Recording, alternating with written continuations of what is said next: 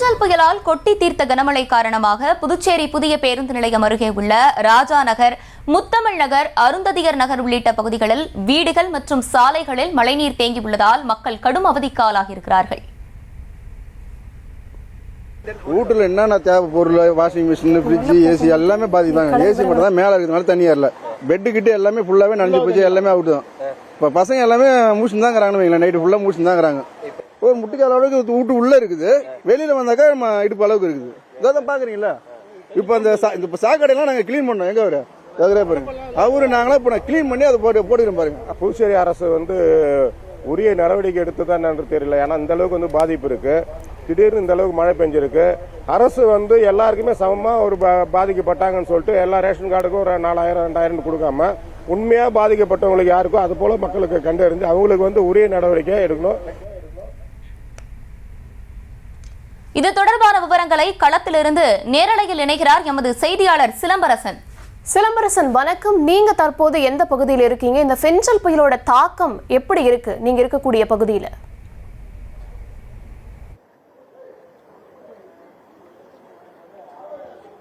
வணக்கம்.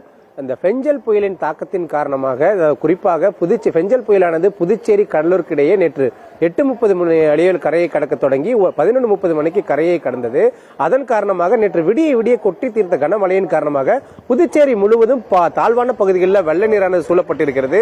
நாம் நின்று கொண்டிருக்கிற பகுதியானது புதுச்சேரி புதிய பேருந்து நிலையம் அருகே உள்ள ராஜா நகர், முத்தமிழ் நகர், அதே போன்று அருந்ததியர் நகர் பகுதிகளில் இடுப்பளவிற்கு மேற்பட்டு தண்ணீர் தேங்கியுள்ளது. அதே போன்று குடியிருப்பு பகுதிகளிலும் இந்த மழைநீரானது தேங்கியுள்ளது. இதன் காரணமாக இந்த பகுதி முழுவதும் கடும் பாதிப்புக்கு உள்ளாகியுள்ளனர். அதாவது நேற்று இரவே இந்த மின்சாரம் துண்டிக்கப்பட்டது. அதாவது புயல் காரணமாக முன்னெச்சரிக்கை நடவடிக்கையாகவும் அதே போன்று இந்த புயலின் காரணமாக இந்த அங்கங்கே சாலைகள்ல மின்கம்பங்கள் சாய்ந்ததன் காரணமாக இந்த மின்சாரம் துண்டிக்கப்பட்டது. இந்த நிலையில தான் இந்த குடியிருப்பு மக்கள் மின்சாரமும் இன்றி தூக்கமும் இன்றி இரவு முழுவதும் தவித்து வருகின்றனர். இந்த நிலையில அவர்கள் ஒவ்வொரு வீடு முழுவதுமே அதிக அளவிலான தண்ணீர் சூழ்ந்ததால் அவர்கள் உணவு சமைப்பதற்கோ வேற எந்த இதற்குமே வழி இல்லாமல் தற்போது அவர்கள் மழை நீரிலே மிதக்கக்கூடிய சூழல் உருவாகிறது. அதே போன்று இங்க இருக்க வாகனங்கள், பெரும்பாலான வாகனங்கள், வீட்டிற்கு வெளியே நிறுத்தப்பட்ட வாகனங்கள்ல இன்ஜின் முழுவதுமே தண்ணீர் புகுந்துள்ளது. அதே போன்று கார் உள்ளிட்ட பல்வேறு வாகனங்களும் முழுமையாக சேதமடைந்தது. தற்போது நாம் நின்ற பகுதி இந்த முத்தமிழ் நகர் பகுதியில் ஒரு வீட்டுக்குள்ள இருக்கும். வீட்டுக்குள்ளார இரவு முழுவதும் இந்த மழை நீரால அப்படியே நின்று இருக்க சூழல் தான் இருந்திருக்கு. அவங்களால தூக்கமும் இல்லாம அதே போன்று உணவுக்கும் வழி இல்லாம இருக்காங்க.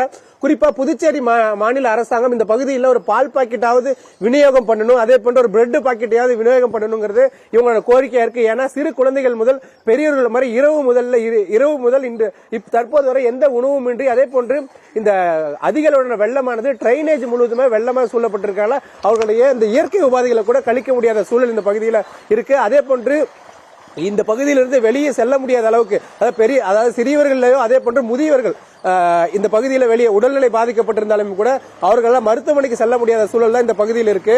பெரியவர்கள் மட்டுமே ஏதாவது தேவைப்படுவதற்கு வெளியே சென்று வாங்குவதற்கு வெளியே செல்கின்றனர். ஆனாலும் இந்த புயலின் தாக்கத்தினால் எந்த ஒரு கடைகள், குறிப்பாக மளிகை கடைகளோ இல்ல மருத்துவ மெடிக்கல் என்று சொல்லக்கூடிய மருந்தகமோ இதுவரை எந்த பகுதியிலுமே செயல்படவில்லை. எல்லாம் கடும் சிரமத்திற்கு இந்த புதுச்சேரி புதிய பகுதியில் அடித்த இந்த முத்தமிழ் நகர், ராஜா நகர், அருந்ததியர் மக்கள் கடுமையாக பாதிக்கப்பட்டுள்ளனர். அதே போன்று இந்த வெள்ள நீர் வடிகாலை பொறுத்தவரை அதிக அளவுடன் மழை நீர் தேங்கி இருக்கிறது. எந்த பகுதியில் இந்த வெள்ள நீர் வெளியே போகும் அப்படிங்கிற சூழல் கூட நம்மளால கூட அதை எந்த வழியில போகும் வெளியேற்றதுக்கான அரசு என்ன நடவடிக்கை எடுக்கும், அடுத்து தொடர்ந்து பொதுமக்கள் இதை உடனடியாக நடவடிக்கை எடுக்கணும் அப்படின்னு வேண்டிக்கிறாங்க. களத்தில் இருந்து ஒளிப்பதிவாளர் நேதாஜியுடன் சிலம்பரசன். கள விவரங்களுக்கு நன்றி சிலம்பரசன்.